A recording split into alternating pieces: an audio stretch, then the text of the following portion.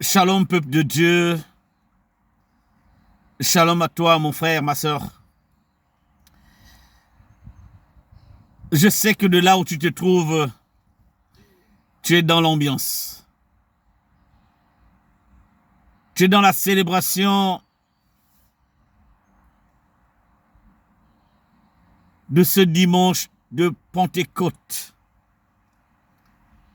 Tu as certainement écouté la parole, la prédication de l'homme de Dieu de là où tu es. Tu as certainement partagé avec les frères et sœurs au sein de l'église où tu es cette célébration, cette mémoire,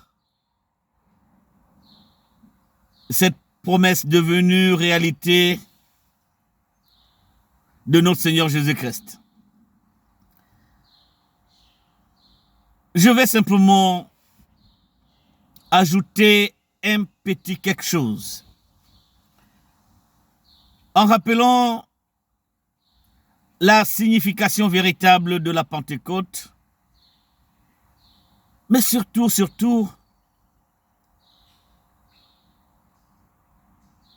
en t'interpellant, en interpellant ta foi et ta connaissance de ce que la Pentecôte veut dire, pour qu'elle ne soit pas seulement cette Pentecôte un événement historique, une célébration comme tout autre, mais que la Pentecôte soit autre chose, conformément à la volonté de notre Seigneur Jésus-Christ. Bien-aimés, que nous a dit notre Seigneur lorsqu'il parlait aux premiers apôtres, lorsqu'il était encore physiquement avec eux,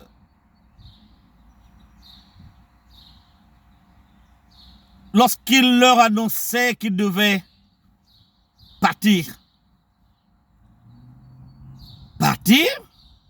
Bien-aimé, mets-toi à la place de ces apôtres qui avaient chacun abandonné tout ce qu'ils faisaient. Il y en a qui étaient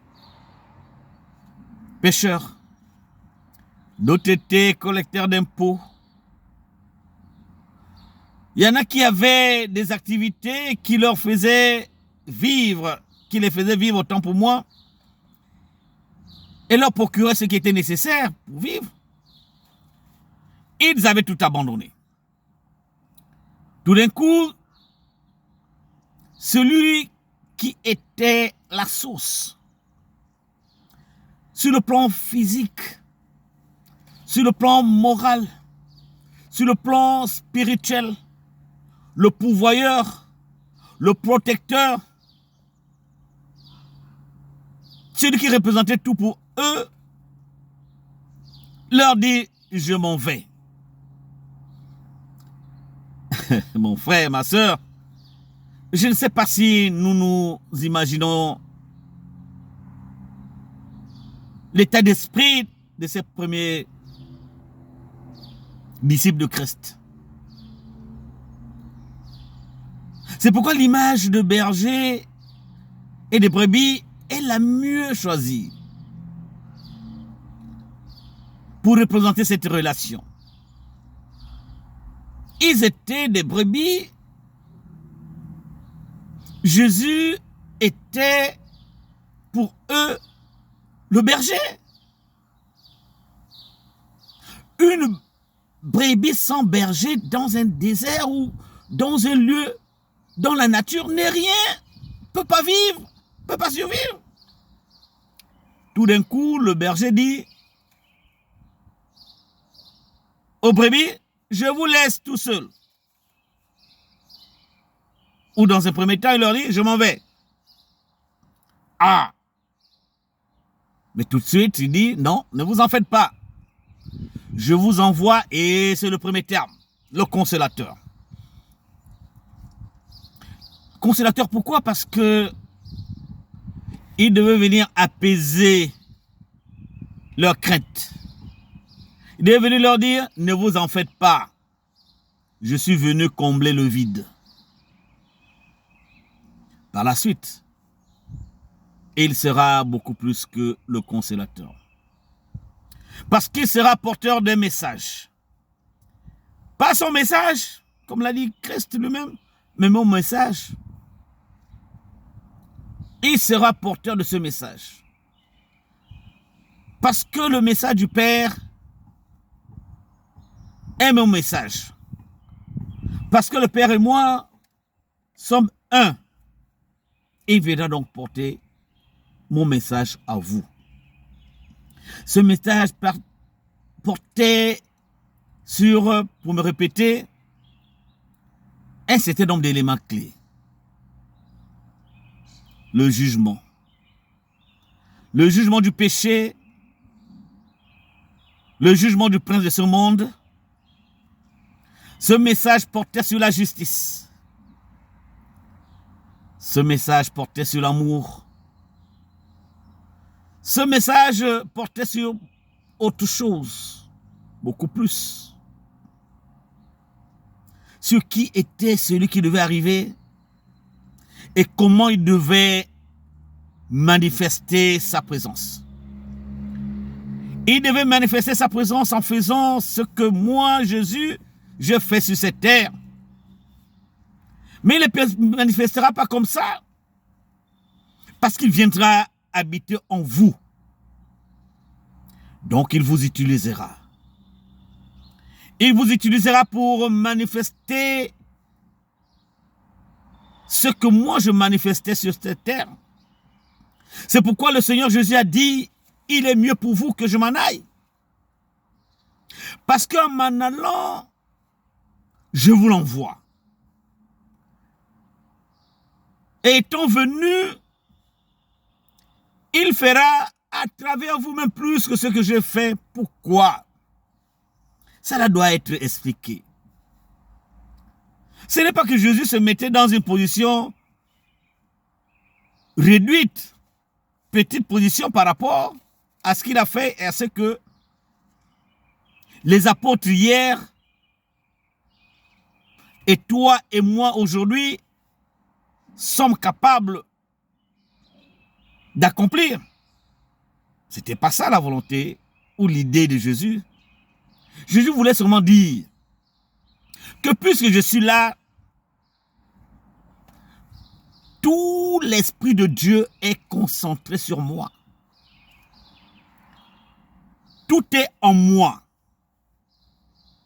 Mais sur cette terre, puisque j'ai un corps physique,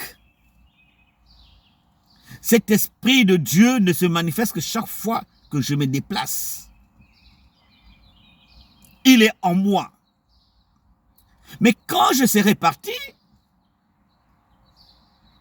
je vous l'enverrai. Il ne viendra plus sous la forme d'un corps physique, avec un corps physique. Il viendra sous la forme de l'Esprit. Il viendra comment se manifester alors? Mais il viendra habiter en vous. Il vous utilisera autant que vous êtes, autant que vous m'avez accepté comme votre Seigneur, votre Sauveur, il viendra habiter en vous. C'est pourquoi Jésus a dit que ton corps soit son temple. À quoi sert un temple? Le temple sert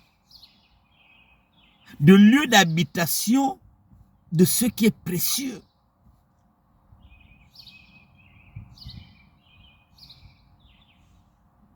Le lieu d'habitation de ce qui est de plus précieux. Le temple, c'est le sanctuaire. C'est là où va venir habiter Dieu. Le Saint-Esprit, c'est Dieu. Actualisons un peu cela, mon frère, ma soeur. Toi qui as accepté Jésus-Christ comme Seigneur et Sauveur, toi qui sais, parce que cela a été écrit et tu crois comme moi, que Jésus a finalement tenu parole, puisqu'il est la vérité, il ne peut dire que la vérité. Il a envoyé le Saint-Esprit. Et cela s'est manifesté il y a un peu plus de 2000 ans, au milieu des premiers apôtres, les premiers disciples de Christ.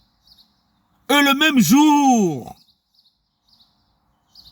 comme cela est le cas aujourd'hui, où le Saint-Esprit est arrivé, nous n'allons pas avoir le temps d'aller dans les détails. Nous avons vu comment il est venu effectivement habiter en eux. Nous avons vu à travers les Saintes Écritures la manifestation de la présence de Dieu, de la puissance de Dieu. Nous avons vu comment un peureux comme Pierre se transforme. Le Saint-Esprit étant en lui, en un orateur que jamais personne n'a vu, au point de convaincre plus de 3000 personnes qui étaient là pour les écouter, d'accepter Christ comme Seigneur et Sauveur. Nous avons vu, comme les Saintes Écritures nous le disent, comment les gens qui venaient d'origines différentes, qui parlaient de langues différentes, se parlaient et se comprenaient dans leur propre langue. Imaginons quelqu'un, comme je parle français maintenant, le chinois qui est devant moi, qui ne comprend pas français, me comprend dans sa langue, dans le chinois, et le chinois parle. Moi, je comprends le chinois dans ma langue. Imaginez un peu ça. Les Grecs qui comprenaient le hébreu, les Hébreux qui comprenaient le latin. À l'époque, la langue de Jésus-Christ, l'araméen, chacun parlait dans sa langue.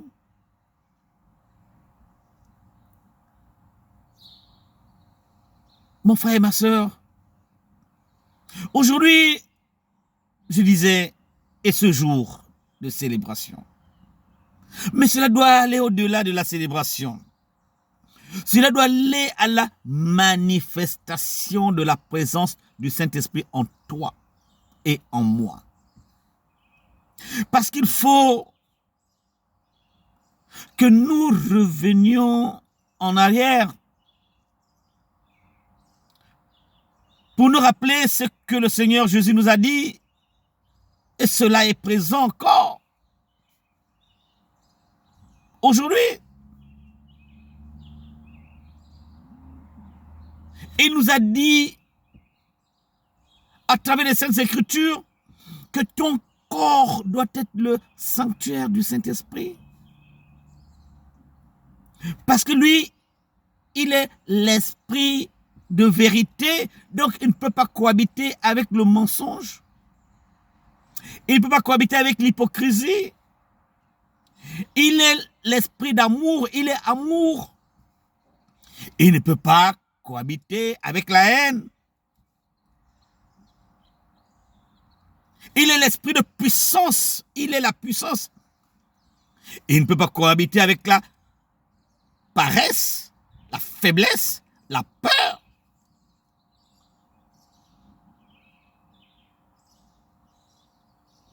Bien-aimés dans le Seigneur, ce jour spécial, nous devons nous commémorer l'arrivée et la manifestation du Saint-Esprit en nous souvenant qu'il s'agit de Dieu qui habite en toi et en moi.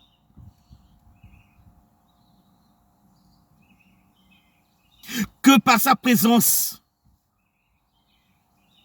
toi étant devenu son sanctuaire, le lieu d'habitation, parce que tout ce qui est esprit sur cette terre doit se manifester à travers un corps.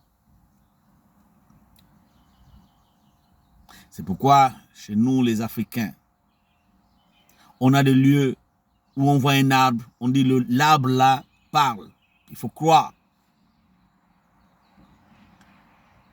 que ce lieu-là, cet arbre-là, il ne faut pas passer la nuit parce que, il faut croire. Pourquoi? Mais parce que même l'arbre peut être un sanctuaire d'un esprit.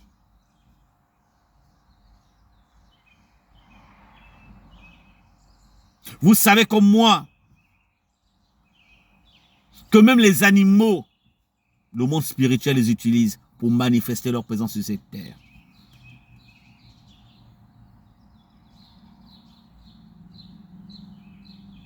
Vous le savez certainement, ou peut-être pas, que Jésus-Christ, pour demeurer sur cette terre, devait habiter dans un corps. Vous qui vous demandez, oh Dieu, Dieu, pourquoi il est venu, on a vu la naissance, pourquoi? Mais parce que Dieu ne se contredit pas. Dieu devait se faire chair. Dieu devait venir pour demeurer sur terre, il devait habiter un corps.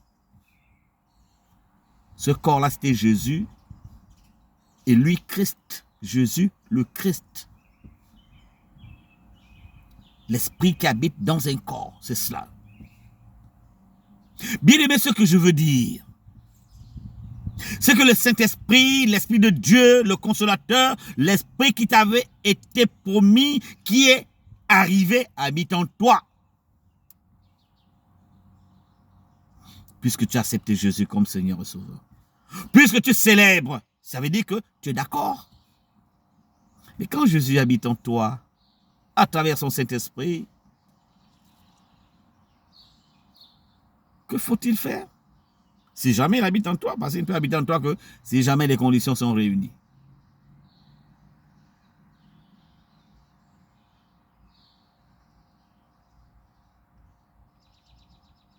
Je ne sais pas ce que tu traverses en ce moment,